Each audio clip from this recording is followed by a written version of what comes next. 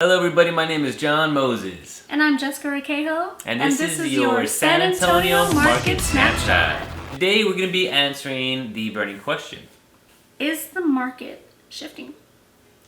Let's find out. In order for us to answer that question or to kind of get an idea if the market is already starting to shift, let's go over some facts. For April of 2021, we're going to talk about the closed sales. Now those are sales where the keys were handed over and a new buyer moved in. And in 2021, we had 42,282 homes that closed.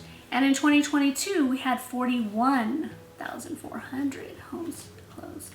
Yes, so pending sales. Decrease in that number. Yes. And then in regards to pending sales is essentially whenever a home is under contract. So the sale hasn't been completed just yet, but it's under contract. And in 2021, we had 43,000.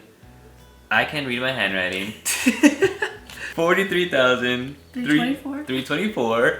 And in 2022, there is 42,104. So there's another indicator of a decrease in pending sales.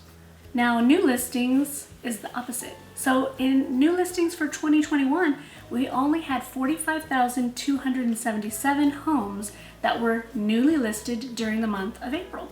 Now, the April that we just finished in 2022, we had 48,098 homes that were listed. So we got an almost 3,000 surplus than last year.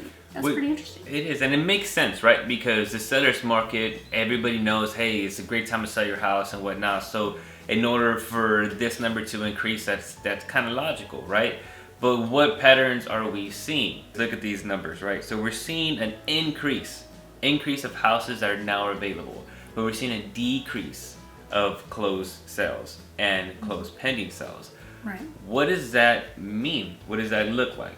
We're starting to slowly see some movement in one direction. But what does this mean for the month of May? So I think if it continues in this direction, we're having more signs that that the seller's market is possibly hitting its window. Stride, maybe? Like we're the starting window's closing. Yeah, the window's starting to close for that, which is very important, right? What would you say? Like, how would you say it affects the buyers? Well, it gives our buyers maybe a little more time and a little bit more choice, right? More houses are out there, so they are able to pick from a better variety. Mm-hmm. And since it's seeming like maybe there's a little bit less buyers, there's a little bit less competition. Now, it still is a seller's market. You have to remember that. So you're not going to go out there and have 2 months to like, well, I think I like that house, but let me wait a sleep while on it for a couple weeks. Yeah. We're not saying that by any means. Yeah, it's still, you're right, it's still definitely a seller's market. It's still a very competitive market. These are just signs of change, right? For the month of May, I think that I still predict like we're still going to be in this situation, unless there's a dramatic change, right? Like real estate is once again very similar to stock markets. Things can change potentially in a heartbeat, potentially. But however, with things that are going on for the month of May, I feel like we can still potentially be ready to still be aggressive with offers and still have that type of situation. But it looks like things are moving in a different direction. The tide might be changing. Yes. So in regards to sellers, guys, like this is important for you to really start evaluating your time frames. Like if you're interested in selling your house, then I would encourage you to start taking these numbers a little more seriously and be like, okay, we kind of need to move forward a little quickly. Because as inventory starts to increase and buyers start to decrease, what that potentially means for the near future is, and if it keeps going in this direction, there's going to be a lot of houses that are going to be available, but not a lot of buyers. Now that's when the market starts to shift to say that, okay, now buyers are going to have more time to purchase houses and whatnot. What does that mean for you? Well, if you end up selling your house and you fall into that bracket, you're looking at potential more days on the market, which means you got to be prepared to pay maybe a month of mortgage or pay a little bit more on your taxes when you have that closing sale. Stuff like that you want to take in consideration. Now, obviously, right now, it's not there. The days on the market has not started to increase at all. Inventory count in general hasn't increased at all. These are just marginal numbers, very small variables, but it's just to kind of prepare you for what's to come. Another thing to take into consideration is in regards to your marketing strategy as a seller. If your agent, and it's been unfortunate, right? But there's some agents right now that are taking advantage of this market and putting, bare minimum. Yeah, bare minimum effort. And in a balanced market, there's an acronym, and it's leaving me, but there's an acronym that would say that an agent would just take pictures, put a sign up, and put it on the market, right? The 3 Ps, I believe, something like that. But that's just right now. Unfortunately, some agents are doing that, and it's kind of working because the houses are selling.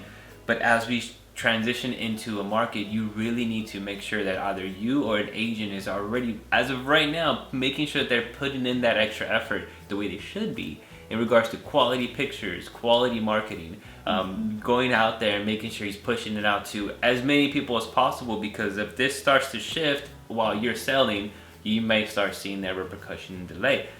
And we don't want that, right? And just as important as all the things that John mentioned, your CMA, That's right. the price that you're going to start it at. As the market shifts, what happens is that buyers typically will just say, I'm going to offer their asking price. I'm not going to go above asking.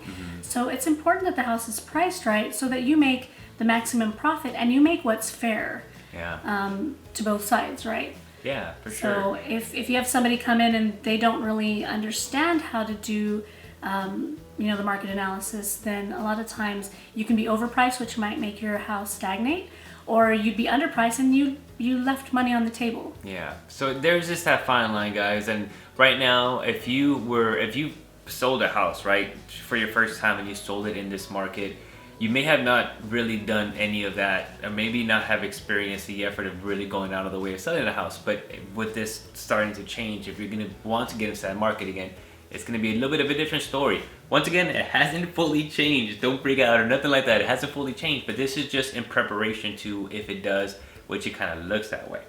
All right, so back to our burning question. Is the market shifting? What do you think? I think it's safe to say that it's starting to shift. I think for the month of May, we are still going to have, we're still in that seller's market, and maybe more also maybe going into the next month potentially. But with these numbers, we're starting to see those variables, those important variables pointing that direction. We're shifting. We're starting to see the changes where we've been kind of the same with all these different numbers over the last year and a half or so. Now, we're looking at quite a difference. I mean, what was it in 2019? Mid-40s for quite a while, even pre-pandemic. Yeah. Like, it makes me feel like this jump is like everybody's seeing the signs of the times and saying, like, okay, I better jump on this train before it's gone. I want to make the most profit that I can for this house that I already know I'm going to sell. Like, it's in my plan. Maybe I need to move it up so that I can make the most profit possible. Just an example. If you get your house prepared for sale now, right? Sometimes that preparation can take a week, 2 weeks, depending if you need repairs, if you want to invest in your property before you sell to maximize your profits.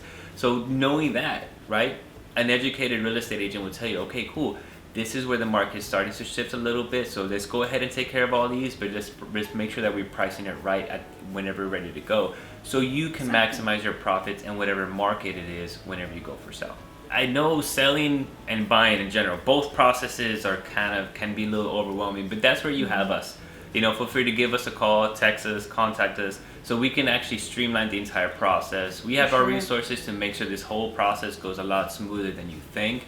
All right, guys, if you can think of anything else that we may have missed, something that you think would change our projection, let us know. Get in the comments, leave them. We're going to answer you, and we can start some dialogue about it. Like, give us your thoughts. Absolutely. Let us know what y'all think. If this information was helpful, feel free to hit that like button, hit that subscribe button, because we're trying to bring these out here to you every month.